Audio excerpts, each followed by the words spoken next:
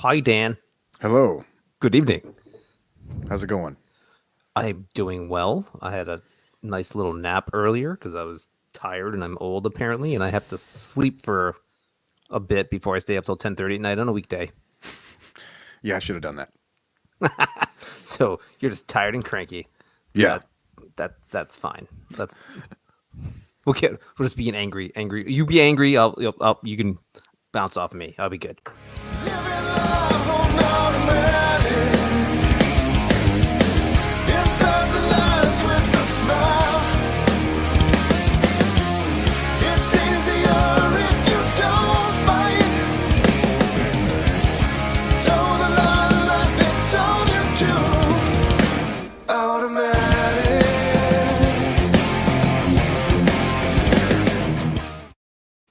Ba-da-da-da-da.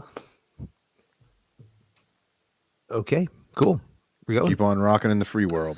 Keep on rocking in the free world. Old man, look at my. I seriously don't really like Neil Young's stuff. Never really have. I don't have anything against the guy in general, but I don't know. It's just I like a lot of his songs. I think I just never have. I was exposed to a lot of it as a kid, just through my family. So Yeah, you know, I think that's a big part of it for sure. yeah. I mean, he certainly wasn't our generation, No. But I think there's some great lyrics and great melodies in some of those songs, for sure. I mean, you know what they call him, the Godfather of grunge. You know, that whole aesthetic. Oh, aesthetically maybe, huh? Okay. Well, So just a partially. I mean, it's not like he was the first person to wear a flannel shirt, right? But right. like, if I had to guess, it would be that he kind of. I mean, I guess if you say you compare Neil Young's music to like the rest of '70s rock, it kind of is the same relationship like the way grunge was to like rock in the '80s. You know, it was Really? more introspective. It wasn't necessarily happy, that kind of thing. So I don't know, but in a way that wasn't like the way punk rock was. You know, so. Oh. I don't know. Maybe it's just one of those things that like all the grunge people like cited him as an influence, and so they called him the Godfather of grunge. But I don't know. Maybe so. Is he from the Northwest? I don't know. I don't know either. Maybe. Don't care. I could look it up. We should look Yeah. it up. Maybe later. I However, don't actually care. he's got that one protest song that's been used a bunch of times, and like I really, really dig it. So I wanted to share it with everybody today because we have this ability. So They can destroy our bodies and our ponchos, but they can never silence our song of protest. Uptown girl, she's been living in her white bread world. Come on, guys. Forget the clubs, just shoot them. Good sense, innocence, crippling mankind. that's all I got. I didn't know "Uptown Girl" was a Neil Young song. Oh no, but it's just the greatest song of protest. Oh, okay. I was really confused there for a It's second. not. I was like, wait a minute. We'll never silence our songs of protest. Yeah, he Yeah, also had so- that stink a few years ago where he like was really ranting about the sound quality of like streaming music. So he like I do had this remember that. this whole business Yeah. venture of like setting up a site where you could get like lossless, really high quality audio and stuff. And Yeah. Well, good for him on that. So as a person who likes audio, I can appreciate it. But like, yeah. I think he might be a little bit out of touch by thinking the average Joe cares one iota about that kind of thing. Right. But there's enough non-average Joes that'll pay for it. So that's all that really matters. It's Yes. and The whatever, capitalist in me supports that enterprise. Yeah. yeah, I mean that's what he's into, man. That's what he's into. So that's cool. But I guarantee Well- you he hasn't listened to 5 minutes of a Joe Rogan podcast. no, I wouldn't think so either. So I do think it's whatever. I could care less about like what someone's old political views are, or their, he did stand up for a bunch of stuff in the past or whatever, fought against a bunch of corporate crap. But it is pretty funny though that this seems out of place from out of nowhere. But maybe it's not. Maybe he's just a very principled man when it comes to his COVID information. Yeah, it's kind of surprising, you would think that somebody like him would be like anti giant I mean, if you remove if you took like the Mad Libs version and you took out all this proper nouns and things and you said, all right, look, here's an issue where the big corporations and the government and the universities are all trying to silence any sort of dissenting viewpoints or even alternative Right. information that might pop a little bit of a balloon and holding up the blimp of the ideology. You wouldn't expect all of the old rocker guys to be like, oh yeah, I want to carry a rope underneath that blimp too. You would be like, what? I mean, same thing with like Howard Stern, Mr. Well, Anti-establishment exactly. for his whole career, Yep. you know. Yeah, it came out of left field for me anyway. Thinking about it, and it's just odd. There's like Joni Mitchell followed, and like the guy from the E Street Band, and a bunch of other. Yeah. I think Nash from Crosby, Stills, Nash and Young did the same thing. But like, who cares? Like, all right, so those guys' music isn't on Spotify. I mean, it's a bigger story than that. I think just the general. I think there's a cultural shift, or at least a media hit shift on Joe Rogan that's taken a different tone this last couple of weeks. Yeah, it's really for sure. It's strange because on the one hand, it's encouraging that like one would not. There's a lot of surprising things about it. One would not expect a radio show format that routinely goes 2, 3, potentially 4 hours, and that's unedited, that doesn't have one type of guest on it. Like you wouldn't expect that to be the most popular format in the world. Like that's not a thing that you would expect given our opinions about the average intelligence and attention span of your typical human being, right? But for some reason, like, and I've always found that to be very interesting. Like I wouldn't have predicted that not longevity, just the popularity of long form stuff. I wouldn't have predicted that, But I guess everybody's been spoon fed these like little sound bites and stuff Snips. that people are craving for actual interesting conversations, myself included. I love this stuff. That's why I have an unlimited YouTube plan. But like, so there's that. It's kind of encouraging to think that people actually do want to use their brains, so that's nice. But then it's depressing almost that the people who you think would champion that, people in academia, people who are in journalism, everybody's always complaining like, the problem right now is that everything gets reduced to like a 5-second sound bites, never really get to dig into anything. And it's corporate news is just people arguing over each other. And it's like, okay, well, we're giving you that. Right. We're fixing the problem. We've got unlimited bandwidth, unlimited storage. We can do these long discussions so people can get into the nuances. Oh, well, we can't have that. Yeah. It's like, well, what do you want now? Yeah, you're definitely right. It is surprising in like a instant gratification soundbite TikTok freaking just instant society. Would love to know the overlap of the Venn diagram of Joe Rogan podcast listeners and TikTok users. Yeah, good point. Well, I don't know, but like, yeah, you're right. Because like with cable news and stuff, because like that was a thing where like people were like, oh great, now I can get opposing points of view. And that's an interesting format and dynamic for its time, but it's split up over like segments where you got literally 27 seconds to talk, and you got four people on a panel, and they all just shout over each other, and it's pointless. So yeah, it is encouraging. It is strange that like you would think the typical Joe Rogan listener is like a meathead douchebag bro. According to what NPR would have you believe, that is what they are. So I would be super interested to know like the actual demographic breakdown of a typical Rogan podcast. Although that varies, like you said, because like the guy's shows are all over the freaking place. And like I was talking about that this week, or actually it was a Facebook memory from a while back. I was like, it's okay to say like 40% of Joe Rogan shows suck, because I think they suck. I think that's probably an accurate percentage. Like I just skip over the ones that aren't interesting to me, like some MMA people and stuff right, like because that. then you can listen to one, and it takes like 2 days to listen to, depending on how busy you are. You know what I mean? Like unless you're just driving straight or something like that. So it's not like it's a weird medium where you can pick and choose the kind of stuff you'd like to listen to, and they're not all great. But I mean, it's not set up for that. It's not one topic. That's not the whole point of the show. It's just a dude who wants to talk to a bunch of people, and he's got the reach and the ability to do that. So I just think that, I mean, it annoys me that people have such a problem with curiosity. It annoys me too.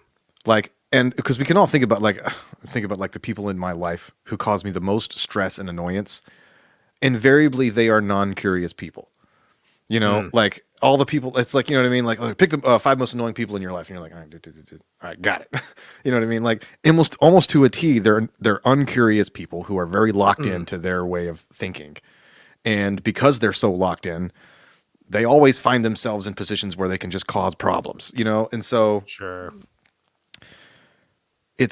Lack of curiosity annoys me. Lack of humility, self-awareness. You know what I mean? And I think the people who rant against this kind of thing, like, maybe they could learn a thing or two. You know, like, Yeah, for sure.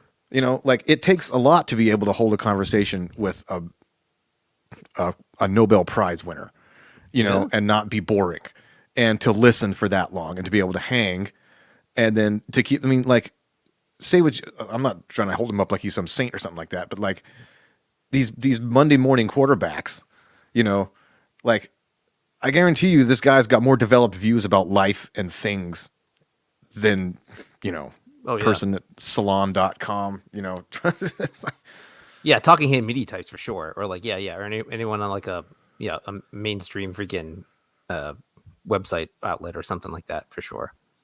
I would think that's accurate. It's just crazy, man, because like you put up like a little 9-minute Instagram thing who's just like, okay, in case you don't know, this is what I do. oh It's like, yeah, I saw that. All right. I just have people in that I think is interesting, or like if there's points of view outside of the normal mainstream, I'm really interested in that, so I want to talk to people. And then you know what? I let them talk and I ask questions, and I'm kind of dumb, and I don't really prepare, and maybe I can do better about having opposing, you know, point A, point B, you know, back to back kind of shows, kind of thing.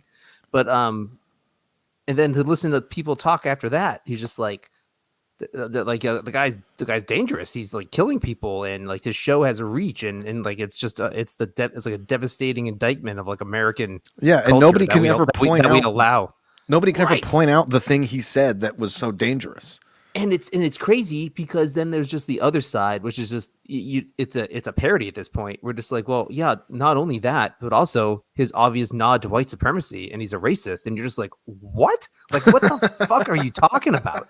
Like, I know you say that as like just a thing you have to say, and like that's all you say. You just say racist and white supremacy, and you think that means something, and you make millions of dollars a year doing it because you're like Nicole Hannah-Jones in the New York Times or something like that. But it's just so breathtaking to see it in real time still. Like I was taken aback by how I was taken aback by the reaction here over this past week. I was just like, wow, this is freaking crazy. And I tried to I actually tried. I was like, why do people think Joe Rogan's racist? They're like, well, because he has like Jordan Peterson on. I was like, that's their answer. Because like Jordan Peterson's a racist for some reason, which again is just like, have you never listened to anything the gentleman has said? No, you have not. You listen to weird ass caricatures of them, and it's just strange. Yeah. I don't know. It's a stupid freaking setup, but Yeah. here we are, and like it is still surprising with what's his face with Neil Young, and like it's I don't know, and it's disappointing. The idea that like, and here's the thing: is like, what does he think pulling his music from Spotify is going to do? You know what I mean? Like, does he think, or do these people think that like, you know, every platform automatically means that they believe everything? That right? It's a huge service. It's like saying, it's like walking into a bookstore and it's like, because you you're selling this book in your bookstore, that therefore you think it was like, well, you got the Quran sitting next to the Bible and they can't both be true. So which one Right. like, it's ridiculous to think that like, you know, just simply hosting something like as a like a retail outlet is somehow an endorsement of a viewpoint. right. Right. So that in of itself is dumb. Like, what does he think he's going to do? Like Spotify's going to be like, oh crap. All like that would be one thing if it was like, you know, I'm trying to think, you know, the estate of Michael Jackson or something like that, some major artist. But like, when was the last time Neil Young was relevant? You know, like, Right. But the thing is, and again, none of these people, they don't care. They're not like, oh, like Neil Young's such a hero of mine, so I really, you know, now that he said it, I really want to put my like. No, they don't care. They're just only reason he got in the news was because he happened to criticize somebody did it that first. everybody else doesn't like. Right. No, everyone else is going to pull off his bandwagon pulling off. It's just it's corporate, it's musicians like virtue signaling, like signals here. That's what's going on. anything that's following this. But like, even if he had his own convictions, he could have just been like, yeah, you know what? I'm just gonna take my music off, and I'd rather just be part of another streaming service that doesn't, promote things that conflict with my values.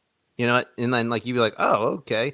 I think that might be stupid, but whatever. But he did pull the ultimatum card. He's like, it's Joe Rogan or Neil Young, and they're just like, Joe Rogan, not Neil Young. So we didn't pay $100 million for Old Man Right. and Southern But Man and whatever. But man. implicit in that is he's telling you, and he's telling everyone else that what you want to listen to is irrelevant or inappropriate, and you're not smart enough to listen. Like it's a dick move. It's censorious at its heart, even though it's not. It's censorious. It's not puritanical. Yeah, and it's not a freedom of speech issue because obviously, well, Spotify is a private company. But yeah, it's puritanical. It's censorious. It's a dick move, and It's whatever. the ultimate. Yeah, it's really the ultimate low vibrational. It's a beta move, really, what it is. Ooh, yeah. And that's like one of my favorite criticisms. But it's like people who are, Low vibrational beta moves. yeah, That should be your next album title. yeah. Those are all of my little buzz phrases. You just combine them into one. So it's a low vibrational beta archetype. I don't know, something like that. But like, there's nothing that's more I'm insecure with myself than being afraid to let another person speak. Yeah, for sure. And to say that they can't even be allowed to say it, and to say that like other people can't even, it's like you don't have enough faith in yourself that you're afraid that the mere expression of another idea is going to convince people. Well, that means that you probably don't think that your idea is very strong, right? It also means that you kind of think other people are stupid, because if this other person is so wrong, everybody else would have to be really dumb to be so easily swayed by something so clearly wrong. So it's like Absolutely. you simultaneously, like, you're insecure, but you think you're better than everybody else. Right. So right. Yeah, and then just the overall hubris of just saying that I know the correct information. I will be the gatekeeper to delineate that in no matter what topic it is the ultimate. That's the most dangerous idea out there. I mean, like, because if he had balls, he'd go on the show. Oh yeah, that's true. But like, just even anyone like that just agrees with it, or they just want people censored. They want people taken off social media platforms. They want to deplatform anybody. The idea that you are the person who's going to promote taking down ideas because you're right.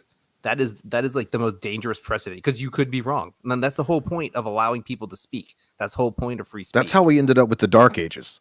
Yeah, exactly. Yeah, no kidding. That's how you end up with repressive governments and freaking cults and all sorts of other crazy shit that you can't just that don't allow opposing point of views to come in. So just the hubris of these people that do this kind of crap, it infuriates me. And it's still surprising when I see it. It's just weird when you see it in real time, I guess.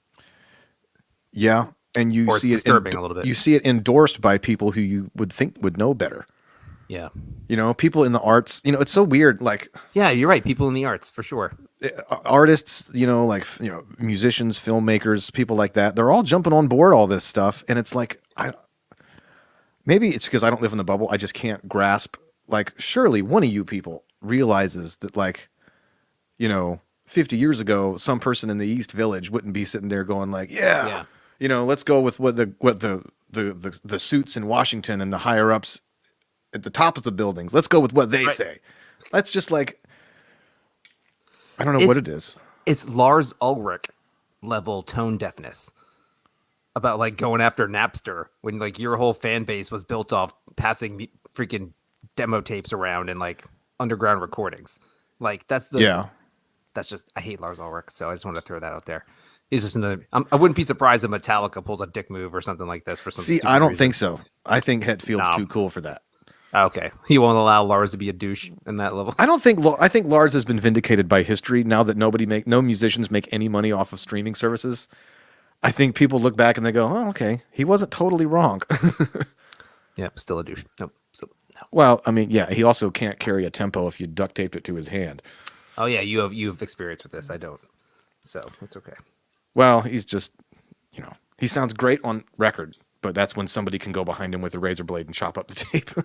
Oh yeah, no, everybody's good when you can digitize and move every hit right on time, Yeah. like magic. But yeah, so do you think, or have you given this any thought? Do you think that Spotify, if like as it stands right now, like a few low name musicians have left. Who really cares? But like, if there was like a groundswell of artists that were relevant, that had lots of downloads, that said, you know what, take my stuff off right now. Do you think they would bail and cut ties with Rogan? I don't know. I mean, they paid $100-some million, so like, I feel like Like, what if it's like Taylor Swift, or like, I mean, I'm sure she gets more downloads than Joe Rogan does, I'm sure. but I could be wrong. I don't know. Like, I don't know. the highest? I mean, But sorry. yeah, I don't know. That's a good question. I mean, one would think that like they care more about money than like at the end of the day, they're not going to try to virtue signal if it's going to cost them that much. Right? So I know there's a lot of people, probably mostly white males, who the only time they log into Spotify is to listen to Joe. Yeah. Right? Myself included, just because I listen to music elsewhere. But like, so they're going to lose all those people. You know? Right. So But what are they if gonna they're do? only All he has to do is just go and make his own platform, joerogan.com, put his podcast on. I mean, you know, if even 50% yeah, 50%. If like 5 or 10% of people follow him, and then give him like $5 a month or something like that, yeah, he's gonna make $100 million very fast. you're right. So But yeah, whatever. he just, I mean, it's the effort of doing that is a pain, right? So I guess so.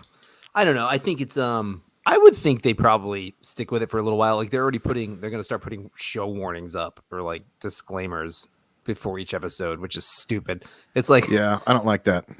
I don't like it either. It's a tacit confession that what you're doing is wrong, and you just let that. It's just a foot. in the Yeah, door. it's a wedge it's right one there. step away from like the person who got caught saying something, and then they got, you know, they wheel that podium out, and he's like, I just like to apologize to the community if I was, Yeah. I have great ties, and I never mean to. I'm going to do some soul searching, and to spend more time with my family. You know, thank you, no questions. You know, like that kind of stuff. It's There was yeah, I hate that stuff. It's cringy when you see it, and it's so weird when you run across it in like a random spot. So we were at we did a day or two at Disney World a couple weeks ago, and we stayed at a hotel that had like this Disney themed pool, and I didn't even know the characters. It was this movie from like the 50s or 60s when they animated. It was basically like a Three Musketeers kind of rip-offy thing. Sally's like, it's the whatever it is. I was like, I have no idea what that is. So like we watched it on Disney Plus that night. And since it was from like the 60s, there was the disclaimer about like there's outdated stereotypes that are offensive and hurtful to people today. And Yeah, I was think I've heard "Oh my about that." God." I mean, Disney Plus does that, or Disney does that a lot of their stuff on their streaming service. But like, it was just like a random ass old movie you come across. You're just like, oh my God, I don't even want to watch it. Actually, now I want to watch it. I want to see what the racist stereotypes are. But yeah. I don't remember if there were any. I think I fell asleep. So Have you seen those things where it's like rated PG for like historical smoking? does it say historical stuff? I've seen historical smoking in there. I forget what movie it was. It was, yeah. See, that term resonates with me because I do laugh when I go and watch a movie. I'm just like, oh God, everyone in this movie is smoking inside with each other. I was like, that's so gross.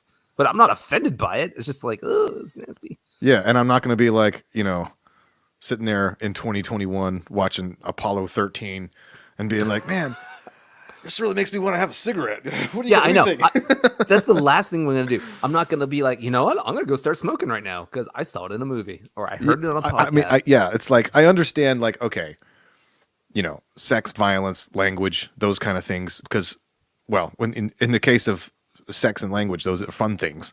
So kids who don't really understand exactly how stuff, you're like, all right, you watch the wrong kind of movie when you're too young, you might be a little bit impressionable. You start emulating that. Maybe it's not the most mature thing to do. That I understand, but like, how many kids have started smoking because nobody they knew smoked, but they saw it in an old movie? Yep, that'd be zero. Yeah, for sure. That's a funny point. It blows my mind that anybody smokes, period. But I guess it must feel good once you get past the wanting to die. I like a cigar. See, I can't even do that. Like I've smoked cigars a few times, probably under 10 times in my life, Me too. but in the right context. And, you know, it could be nice. The moment's enjoyable. I enjoy the aroma and the general the camaraderie around it, and then I feel like death the next day. Yeah, I had one scenario a couple years ago where it was a confluence of events. It was like Father's Day. It was so it was June. It was really hot. So I had like a cigar and I think I had a drink at the time, and all those three things combined. And so about an hour later, I was like, Uh, and so even like just smelling a cigar smoke for like the next 2 or 3 years would make me go. My body remembered, and then eventually I got over it. But haven't had a Yeah. cigar in like 5 years. But my friends smoke them, so I just like whenever they bust them out, I'm just like, yeah, no, I'll hang out and talk. In fact, I like the smell. Like I like being around it. I just secondhand can't- cigars can be enjoyable. That's true. I can't inhale it, dude. It just kills me. But You got to be outside. yes, it's usually outside. You don't want to sit there in like some crappy bar. It's like living inside a humidor with Yeah, some old man with like. Yeah, no, and all that's terrible. And like when they did the it's like the only government action I've ever like supported tacitly. It's like when they did the smoking bans at restaurants and bars and stuff like that. It's just kind of like, this is nice. It's still bullshit, but it's nice. Like, you know what I mean? Yeah. If it's up to the restaurant really, but it is nice to be able to go into a place and eat and not have to like come out smelling like a freaking ashtray. But then again, the bowling alley, I do miss that smell. Old beer and cigarettes for whatever it is. There's That's a my certain only- aesthetic charm of playing music in a place yes, where I there's would like agree with smoke that and too. haze everywhere. Yeah, I can see that. To an extent. Otherwise, you can't sing. You're like trying to see. It's like, oh, Yeah, that's Jesus. gross too. Is something on fire? Like at one Hmm. point, yeah. Well, I bet it. I don't know if there. Maybe this is just a du jour flavor of the week controversy where like a few artists are going to leave and make a big stink, and then nothing's going to really happen. Because like when Joe Rogan signed up with Spotify, a bunch of the employees revolted. All like Yeah, a bunch was like 2 dozen. like like a very small amount, and Yeah. they didn't cave. And I don't know though, but if it hurts their bottom line, I bet they dump them.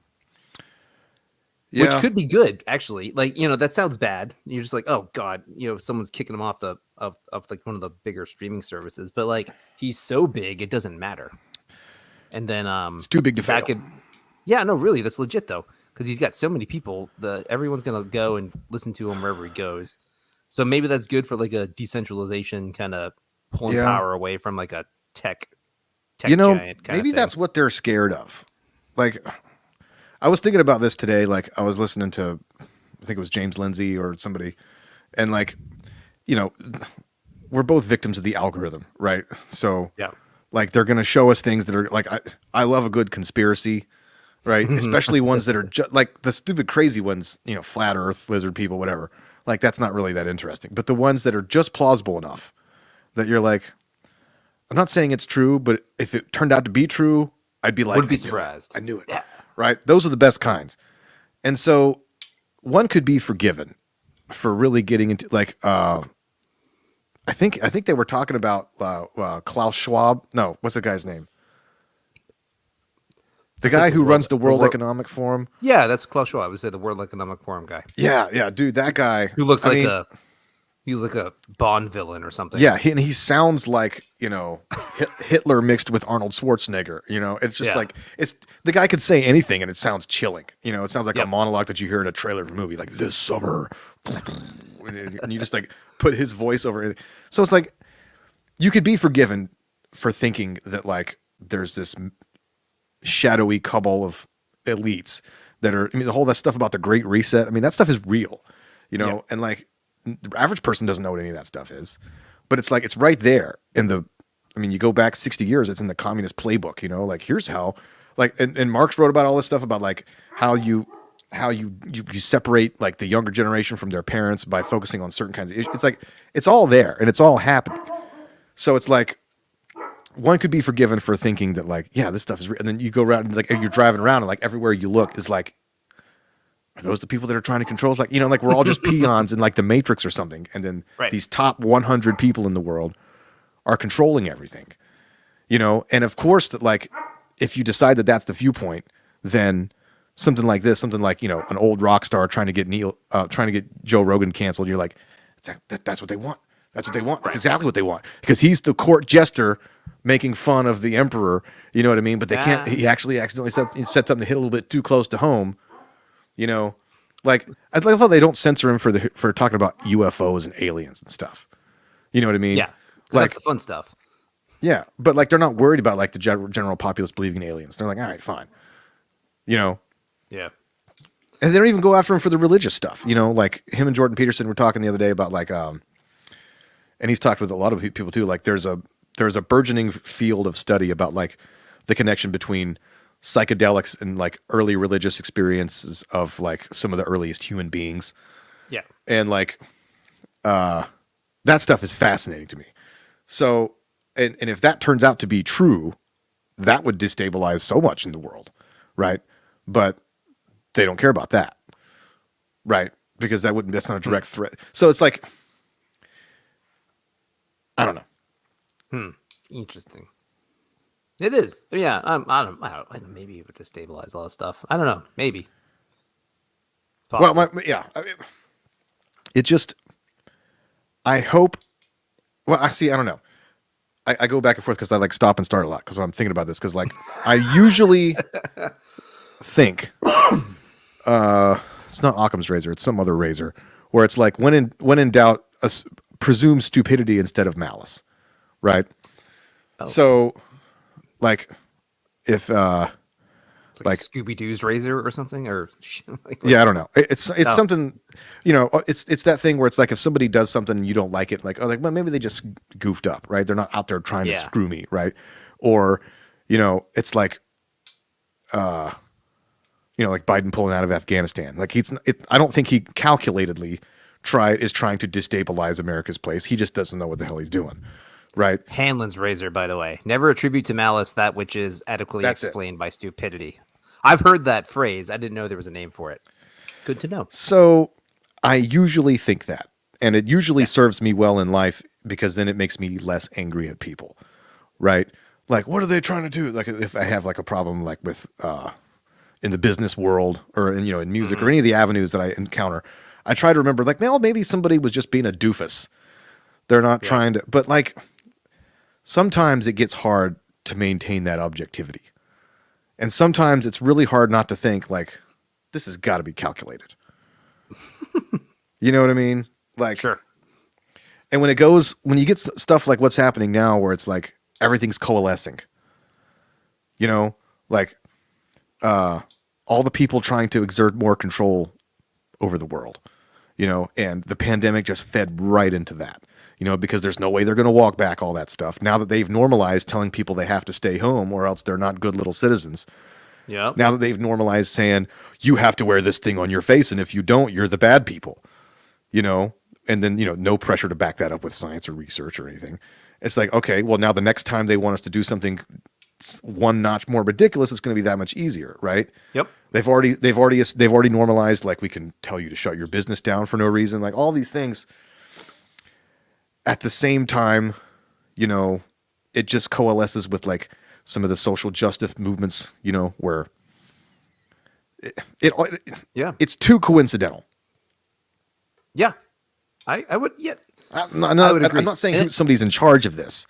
Yeah. See, I feel what you're saying because you're just like, so there are all these books or all these ideas about like the Great Reset. There's all this stuff about, there's like all that whole vibe. And then like when you start seeing stuff in action, you're just like, huh, that fits nicely and neatly in with that template.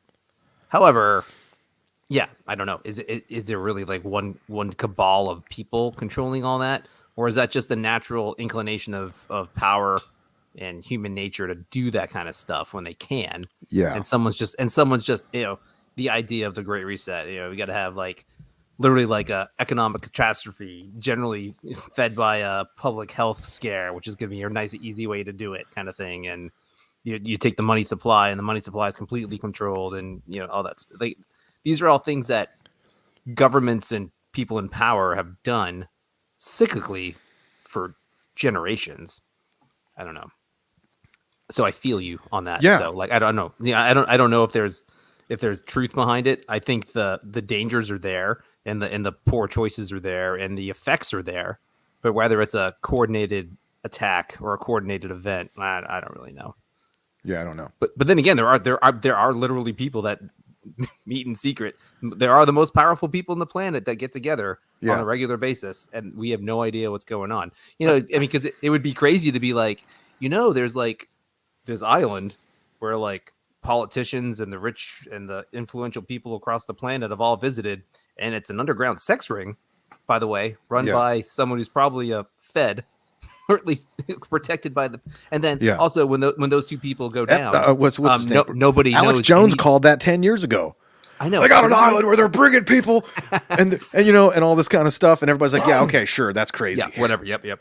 But here's what's crazy though, because like no, Epstein's dead, so never went to trial. Maxwell is guilty, and we have no idea. There's this ring of people who were paying, or at least were involved in an underground sex ring, and only the people on the top have come down. Only those two. Nobody knows anything about anyone who was there. Yeah. That's bullshit. Sorry, that's complete bullshit. So Right. it's not out of the realm of possibility that there is a big scam going on. And Yeah. it's, Maybe, and and it's large. maybe There's they're a lot of money using, involved. which of the royal family, is it William or Harry? I can't remember who's who.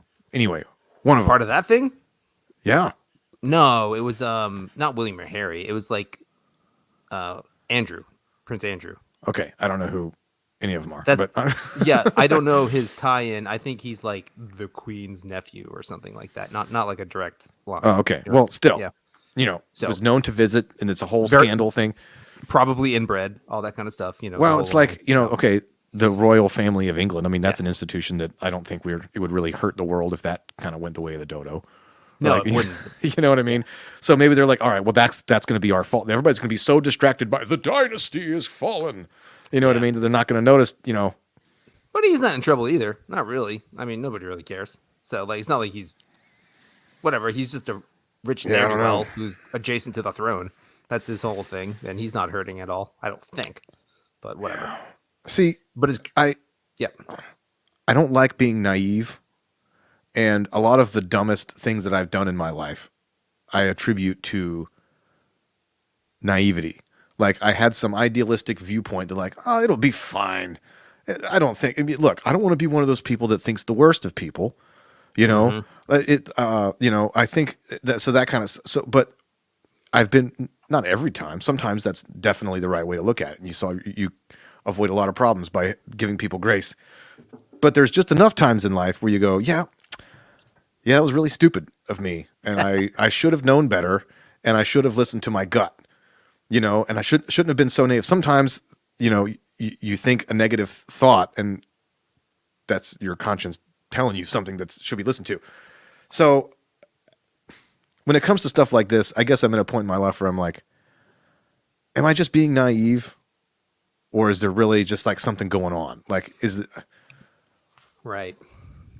Well, to tie it to the Rogan thing, I think there's something going on, but I think it's just I don't know. It's funny. You could tie it. I think it was Tim Pool or something. I think this was a joke, but they're like serious. They're like, or no, it wasn't Tim Pool. It was someone else. They're like, well, Neil Young doesn't really even own his catalog. So like he can't really pull it down. So someone else did that, right? Part of it. So he had to have like that was a coordinated effort to some degree.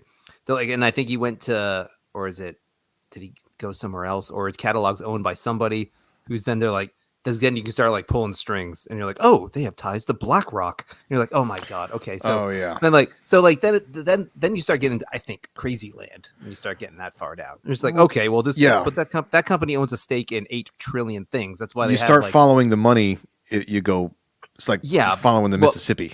Right, exactly. But when you're a company that large and you manage like $10 trillion, $100 trillion worth of assets, you're connected to freaking everything somewhere down the line. But Yeah. like, But where there's smoke, there's fire. yeah, You I know, guess. But like looking at but look at all the big pharma and all that stuff. But like the vaccines, and then you figure out all the stuff that where their money goes and where they get money Yeah. and how it's connected to the politicians. And then it turns out Well, that yeah, for Fauci sure. knows this people, and it's all. Well, listen, and then there's the Dan. Chinese. And it's like, what you don't understand is that you have to now have emergency use authorization for vaccines ages 6 months to 5 years old because it is an emergency. Because 6 months to 5 years old kids are wait a minute, No, they're not impacted by COVID. Sorry. I got confused there for a second. So you can follow the money on that one and be like, oh, you want to get kids on a vaccine schedule for your new drug that you just released into the world. Yeah, no, that makes sense. I see why you want to do that. So that's complete bullshit. And that's politicians in your pocket. And that's a no brainer. But like, nobody even sees that. If you were to like talk to most people, they don't get that. I mean, they would get it, I think, if you explained it. But like no one, it was just like, oh yeah, vaccines. Yeah, give me that shit. Put it on my arm. Straight into my testicles. 3 shots a day. So I don't know. There is for sure that kind of stuff that goes down. But figuring it out is tough. I guess just listen to Alex Jones because he's on the big stuff. He's pretty good. He calls a lot of stuff before it happens. That's true. It's like it's weird, man. That's what Joe Rogan should do. He should just play the nice guy, get kicked off Spotify, and him and Alex Jones just start like a social media or a news network with like Elon Musk or something like that. Yeah. You know, just we're heading out. We're gonna get all the best places in Austin. Yeah, okay, I gotta understand. They tried to shut this place down. Okay, so there was a principal of a high school who was a pedophile. You were not going to see this on the news, okay? But what I understand is that he was connected to the city council people. that guy knows every nitty gritty part of that town. I bet he's like the town crier historian. Just like sit at a bar and just listen to him talk for hours about like Joe Schmekety down the street. Yeah, but yeah, either way. Yeah, I don't know. So maybe there is like a big tie-in thing, but like there's definitely a cultural movement, a cultural wind that is for or has an appetite to take down opposing ideas. Yeah, and I don't. That's an organic thing, I think. But how that all starts, I don't know. Like the media stuff's not organic. The media is just lockstep, and that's how they make their money. It's just the death throes of a dying industry. I mean, that's why they hate it so much. But you know, also it's crazy, man. Because like if we're just listening to stuff we see on social media, stuff we see on the news, like I bet if I went out and I asked the first 20 people I came across, like 5 people would even know what I'm talking about, let alone have an actual opinion. Depends on where you go. Well, okay. Carter County, North Carolina. So I think, maybe my pool is a different pool than yours. But like, I would think your average Joe, like you just pool, like go talk to people at the grocery store. Not that you should actually do this, but I mean, just think about a swath of people. I mean, well, I think you're right though, but it's the little tiny minority that makes all the noise that gets listened to. Everybody else is too busy going to their jobs and taking care of their kids. Yeah, doing like real world stuff. Yeah. Yeah, but that's it's the people who like, they spend all their time on, 90% of Twitter traffic is done by like 2% of people, whatever they say, or some crazy statistic like that. I could go like walk around downtown Durham or downtown Raleigh and you'll see all kinds of people. You see people wearing masks outside, and people got the coexist bumper stickers on their Subarus. I mean, these people they're chugging the Kool-Aid. Oh man. Do you get your phone with you? Yeah. I'm going to text you a picture I saw today. I should have done this earlier. I thought this was you just mentioned a bumper sticker, so that just made me laugh. I should have brought this up. I'll put it on the next show. But it's stupid. It's a very funny bumper sticker. So if you were to read it, it's just a troll sticker. It was good. It made me laugh. Yeah, I guess so. Yeah, I mean, you're right. I mean, it just depends on where you're at. So, but I mean, but I guess that's the whole point, right? So, like a small vocal minority can control the outlets that most people, if there's a big story, only filters through still a relatively small medium of things, right? So, like, if those people know what's going on with Joe Rogan, it's because they either saw it on like CNN, Fox News, maybe they were on Twitter, maybe they saw it on, I don't know, Drudge Report or some other main big news website. Yeah. But there's only a couple. There's really only like, you could probably guess top 10 where people would hear that story. So there's still only like a pretty small amount of venues that push big news out there that the guy or girl who's not, day to day reading this stuff because they're obsessed with it would pick up on it. You know what I mean? Yeah. So that's still a powerful position to have. Yeah. Because your average person is not going to sit there and they might just read the headline. Right. Yeah. But for it to get amplified that big. But then these are the same people that vote, Oh, don't get me. Well, Dan, thank you. And they're the same people that they go, oh, we're wearing a mask. Oh, okay. Oh, we'll wear a mask. Got to do. Yeah, gotta do no, my civic I duty. totally agree. You know, they think Yep. it's like, you know, like it's 1943, and you're like, well, we can do it. You know, like it's like Yep. this, but you're just voting away your own rights and your own That's- autonomy. That's why we need to end women's suffrage and male suffrage and just end suffrage. Just end it all. We've You can't suffered spell. enough. You can't. Yeah. you We've can't spell suffered suffrage enough. without suffer. Okay, that's a T-shirt I need to go. It's like I think we've suffraged enough. 2024. That's gonna be my slogan every year we come up to vote. Yeah, I don't know, but like, what do you do? You know, like I was thinking about this the other day. Nothing. You I bitch was- about it. Well, yeah, okay, Oh, no, sorry, that go ahead. is Yeah, it fun. It is. I was kind of eavesdropping on somebody else's conversation about like socialism or something like that, and I had this, you know, my contribution was that like, because I saw this video. It was Rand Paul talking to Trevor Noah, and they were debating about socialism and stuff, and Yikes. so on the Daily Show or something. yeah, it was like a Must have been. 15-minute video. It was surprisingly refreshing, just the fact that they were having a conversation at all. And Trevor Noah was not being a total dick, which I would kind of was expecting. I was also expecting Rand Paul to make better points, and he didn't really do as well as I would have hoped. But they were talking about like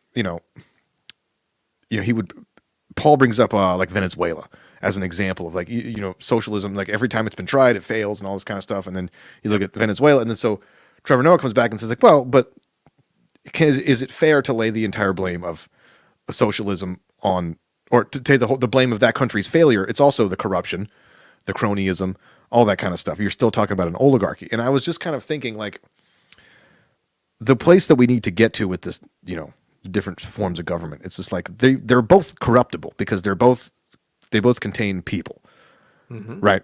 So the question is, it's not like, you know, you could have a discussion about like what's better for an economy, whether it's a socialized means of productions and distribution versus capitalistic kind of stuff like that. You can have that discussion.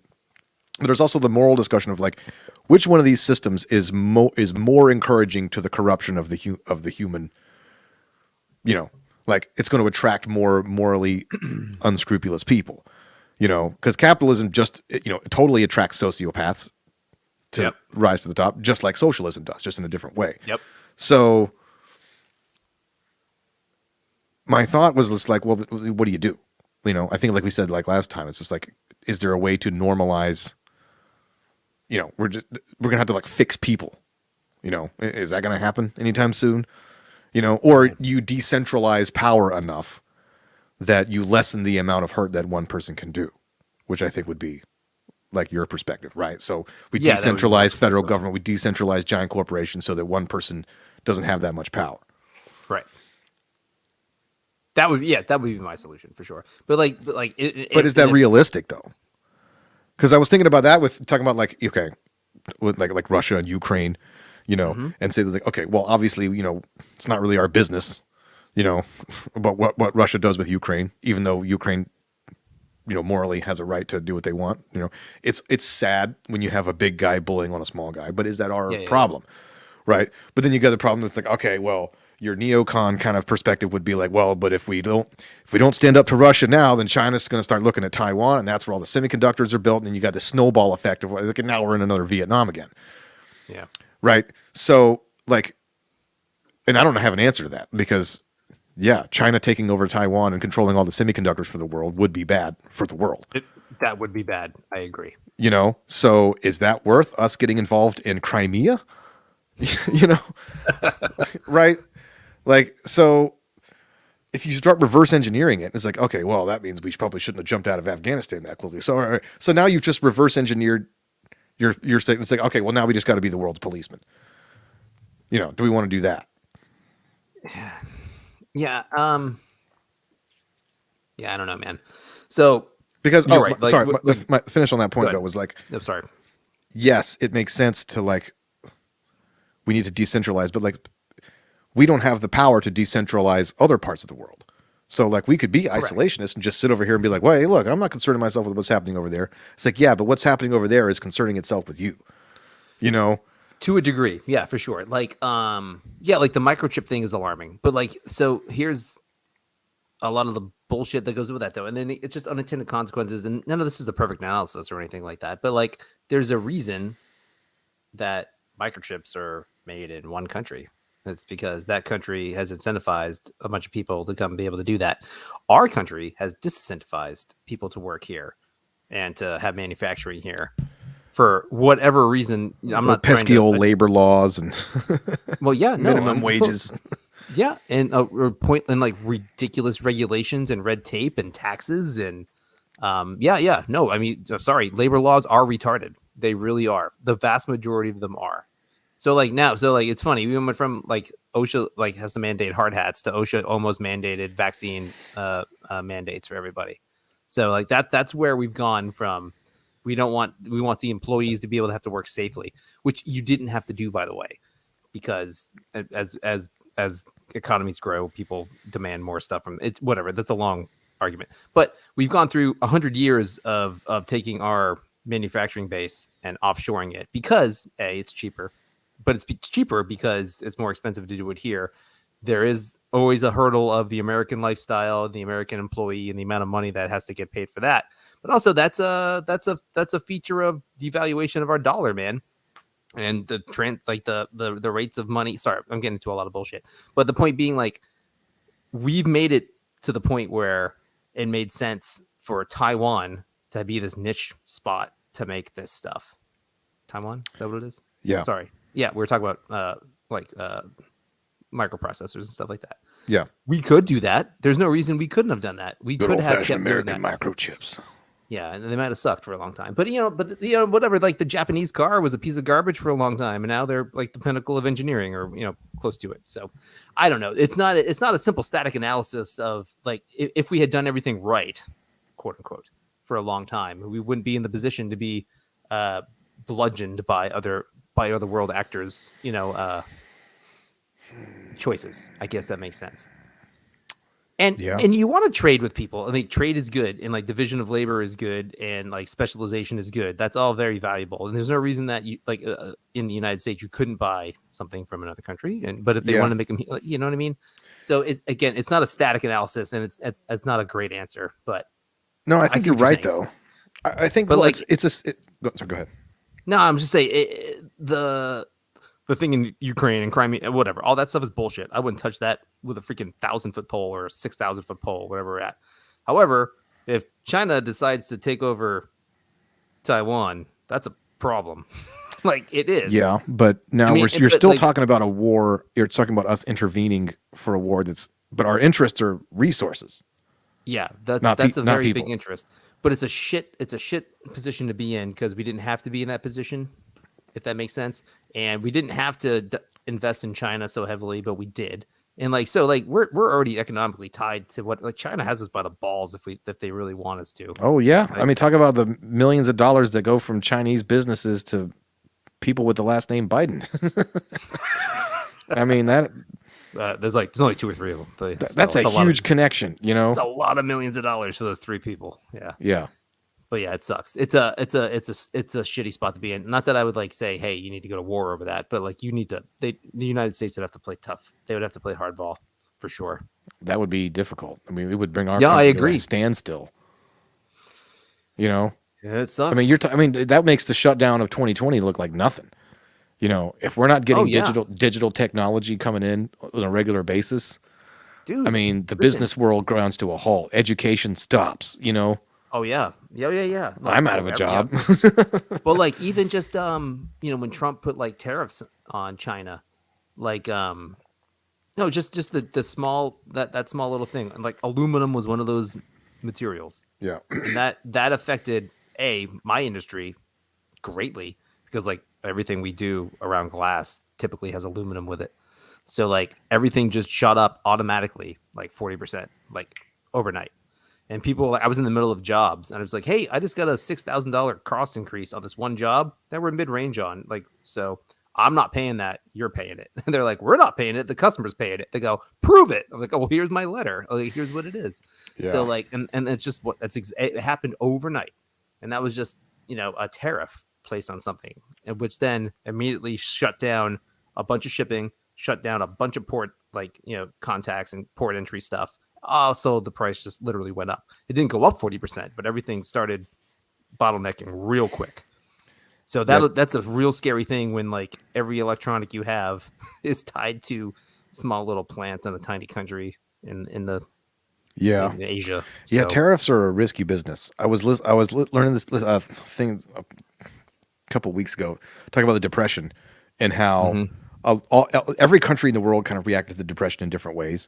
But one thing that a lot of them did was like, all right, here's what we're going to do. We need our economy's not doing well, so we get to put tariffs on imported goods to yeah, so you force have to buy. Yeah. to force us to buy domestic goods, right? So like America did that, so people would buy American. Brazil did it, so they buy Brazilian. And in some cases that worked. Like in South America, it actually did, in the long term, did wonders for the economy down there because it forced people to like build factories, to build their own things. And then those countries became a lot more like sort of self-sufficient. They weren't having to depend on t-shirts coming from America. They could make their own stuff. Right. But in other scenarios, it was horrible. If you had a primarily export economy, all these other countries putting tariffs means that like the price of whatever it is that you're trying to sell goes whoa, right? Oh, yeah. And so, yeah, it's a can of worms. It is. And like I think the United States kind of did both. They were like, we're going to make it exceedingly difficult to do work here. Also, we'll put selective tariffs on other stuff, so you have to do some stuff here. But also, we encourage everybody to go set up shop in Mexico or China or Vietnam or wherever, and do stuff as cheaply as possible, and then bring it back. Then, which also gets still taxed, like as an import, taxing the imports, not exports. But like so. You know, tariff. Vandalay Industries. Freaking Vandalay. Please, importer and an exporter. Yeah. But like, it's a stupid. See, that's the thing though. Once you start meddling in that, there's no way to juggle it, man. You have to just completely start picking and choosing and just hoping for the best, as opposed to just letting people be free with that. So like, I guess I should say, I couldn't say it. I seriously doubt it. I think it would be hard if the history of the United States. Federal government meddling in the private sector, that we would naturally go, let's buy everything from like 2 countries, because that's a huge disadvantage and a scary spot to be in. But maybe that would have happened. Maybe it's a factor of it can be done cheaper, but then again, is it only done cheaper because of the rules I don't we know have? if we have a control group on that experiment. Because No, I don't think we do. as that was happening, the world was still dealing with sort of the downswing of like colonialism, Yeah. right? Where Britain owned half the world. Well, You know what I it's mean? true. And so and all of that And is also- part of, Like post World War II, man, we're only talking like 100 years here. You know what I'm talking? Less than 100 years Yeah. of the world was destroyed in an economic sense, like shelled out to nothing, Or like in a physical sense, large, like a large portion of it. So, yeah, I don't know. It's a sticky spot to be in. I would have Yeah. thought we would have figured this out by now, Dan. You and me. maybe, We know what's going on. I mean, it sounds technocratic of me, but like, maybe that's not the word. Like, the solution is for all of human history, it's been innovation, Yeah, right? So, sure. Somebody invents a cotton gin, or a printing press, or an electrical combine that can fertilize and pick corn. You know what I mean? Like, these are the things, everybody fears them, and granted, some technology you fear a little bit, right? Like, spyware and the government monitoring everything, but like physical AI things. is creepy. Say what? AI is pretty creepy. Yeah, but like Certain aspects of that. physical things, like the desire of people to like, I got to invent a thing that does this better, that makes food more efficiently. Like we do those things. Like, okay, we figured out how to make like plastics and rubber. Now everybody can have sneakers.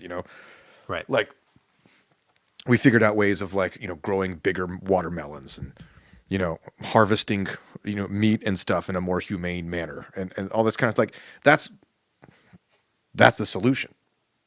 Yeah. Right, because then you don't have to choose between, like, I don't have a problem buying foreign things, but like No, I mean neither. with more innovation, then it becomes more cost effective to be able to humanely treat people and animals in other countries, and so we just got to hope that we got to get rid of the totalitarianism. Right. Yeah, for sure. No, yeah, that that would ease the tensions for sure. But the thing is, though, like the Chinese totalitarianism isn't going anywhere for a while. So here's the scary thing about Russia. Now I'm going to switch gears again. Okay. I was listening to this cool thing. It was talking about how, and I hadn't thought about this before. Climate change, no matter how fast it happens, the real winner is Russia. And they were saying, like, if you actually, it's not the type of thing that you would think of, but if you start looking at a few tracks of thought, you're like, oh shit, this is gonna go, like the next 150 years are all Russia's, and here's why. So It's warmer. basically, because it's like a two-pronged effect, right? Okay, so like there's a whole thing where like there's a habitable productivity zone, between certain levels of latitude where like the temperature range is this and blah blah blah. Yeah. And as that shifts north, right, if as global temperature, whether it takes 10 years or 100 years or 1,000 years, but as that shifts north, you're going to see two things. One, massive migrations. So there's going to be large populations of people that are displaced from like, the West Indies and all that kind of stuff. In Indonesia, where there's 100 million people in Indonesia. It's larger than the population of Russia. Wow. Literally, it's like one of the fourth or fifth most populous country in the world. It's crazy. Yeah, it's not a very big island, really. Yeah, it's all around like Jakarta and stuff. Anyways, that's a whole side. Okay. Point is, you get all these people moving north, right? And China's already kind of overpopulated in a lot of areas, and they're going to have rising pollution problems. They're going to so Russia is going to be where people go. The previously uninhabited wasteland in Siberia, like you combine that with the fact that like part of the reason that Russia has more miles of coastline than any other country in the world, but Sure. it's not really all terribly Arctic. usable because it's all frozen 10 months out Right. of the year. But as the temperatures rise, and then they have more usable shipping lanes, right? And then like there's so many natural like precious metals, lithium and all these kind of things that they're making this stuff out of. Russia's sitting on a gold mine. It's just that they haven't really been able to capitalize on it. One, because they had the Soviet Union screwing everything up, but two, because it's so damn cold. So Interesting. yeah, Yeah. Well, excuse me. it's going to be it's going to be Russia's time to shine again in 100 years. I show you, America. Your This man does hamburgers. not have the genetics to win. Anyway, we just watched Rocky IV last night.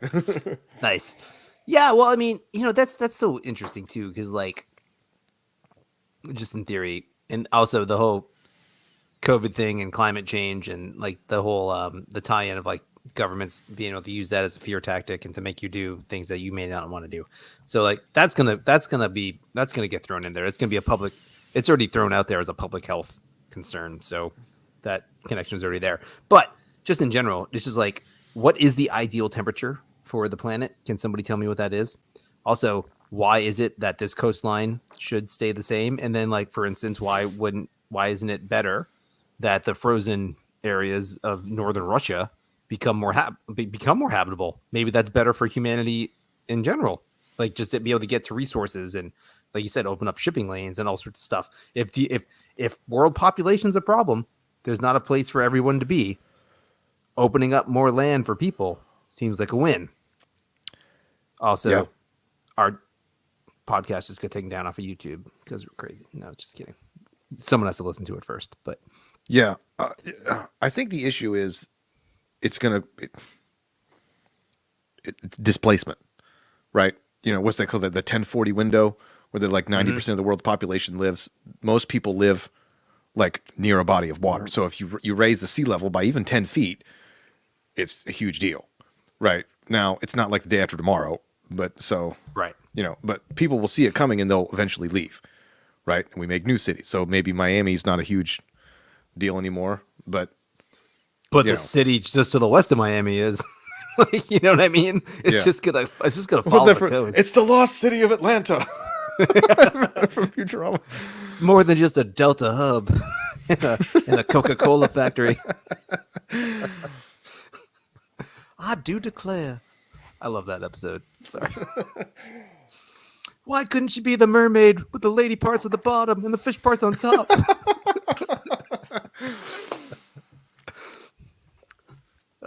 Okay, sorry, I could keep going on that one, but yeah, right. So like again, people just So We need to go to Mars, though. ooh, we don't need to go to Mars, but it would be cool. I mean, if you think like 1,000 years in the future, Oh, 1,000 years in the future. Yeah, maybe so. No, I mean it's stupid of us to put all our eggs in one basket if we have the option to get out. You know, because That's a shitty basket, man. Like you gotta really manipulate that basket. But I mean, maybe so. I don't know. yeah, I mean, I mean, I'm not opposed. By what the would way. happen if you detonated like 50 H bombs in the North Pole?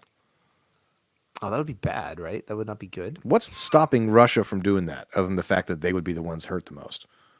What if you did in the South Pole? Go with that. Yeah, screw those. Screw that pole. Who cares? Yeah. No, it's on I other, don't it's know. on other side of the planet. I don't care. Anyway. Yeah, there's penguins. No, they don't even care. There's that one X-Files episode in the South Pole, right? The South Pole Yeah. or the Thing. Right. All of this down there is frozen aliens. So that And would be bad. Cthulhu. Yeah, you don't want to open that up. Yeah, Cthulhu's coming out. The Thing's coming out. Whatever's going on in that X-Files, the black oil is a big repository down there. We don't want any of that coming out. So, never mind. No, but it's like the idea that like we have one planet, right? And it's only a matter of time. I mean, the geological record. It's only a matter of time till something smashes, and I mean, it's happened before, and it will happen again. 2023 summer. This summer, it happens again. Yeah, I mean, I guess so. I don't know. So this is a funny thing. Like, I never really thought about this. So like the doomsday stuff seems very stupid to me. Now, not that logically it's not coherent. So, and also maybe it's got a big thing to do with like being a Christian and like that whole worldview. Like, Maybe that's how it Don't- happens. maybe it's true. Maybe in Revelation, when the mountain's coming down, fire out of the sky is literally a comet that's gonna destroy half the planet. I don't know, but like, I don't know, man. Like, but those are things you can't really worry about. But yeah, it's true. I guess it's not a poor decision to try to invest and try to do that kind of technology and to get off the earth. That's a fine thing to do. I don't know. I don't think it's a thing to really worry about, because if it happens like in 6 months, no one's stopping it. Like there's no amount of what we can, there's no mobilization to stop that kind of thing. Or like if like the cauldron underneath of like, what is it in the Midwest there? What's the freaking thing? Yellowstone. Yellowstone. Thank you. Like if that really is like a super volcano, Yeah. and that thing explodes, It's going up. sorry, game over, man. There's no stopping that. Like there's nothing we're gonna do. Or So- what they call Cascadia. Have you heard about that? I've It's heard the- of that. It's like a giant. It's the volcano series that includes like Mount Rainier, Mount St. Helens, and all that kind of stuff. Mm-hmm. When that thing goes, bye. She lights up. Bye bye.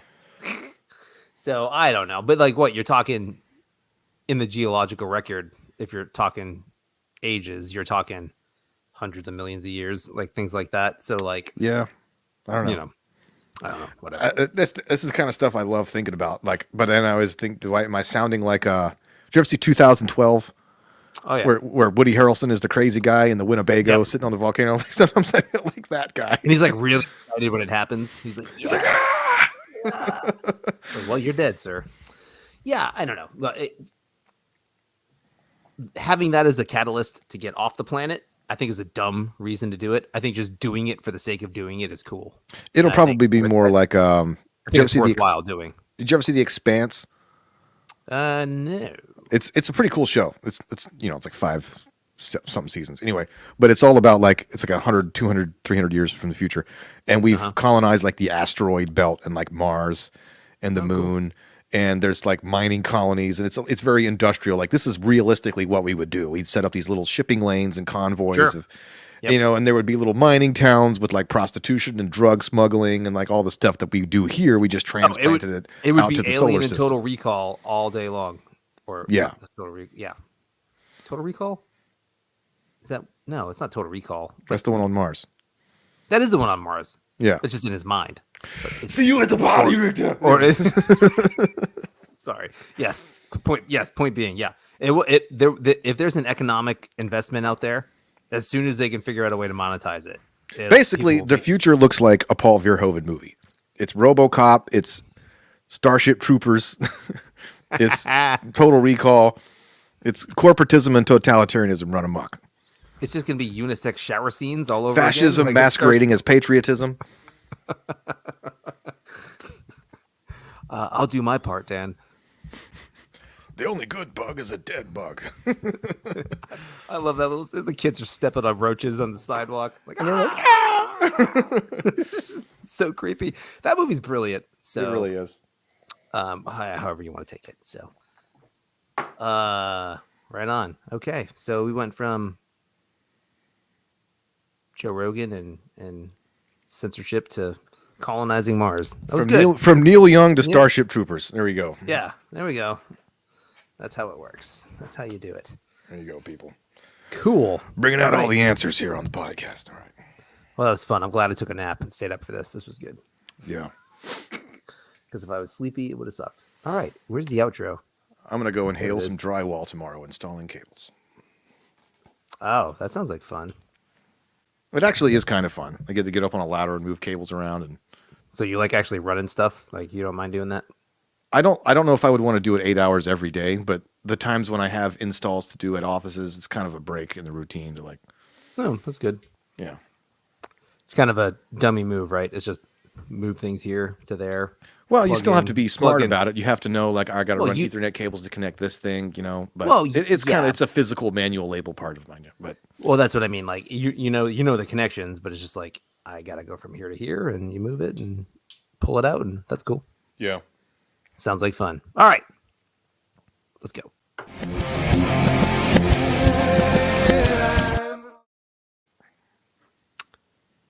I got no witty banner. nope. Nope. We'll end it here. I'd buy that for $1. That was good.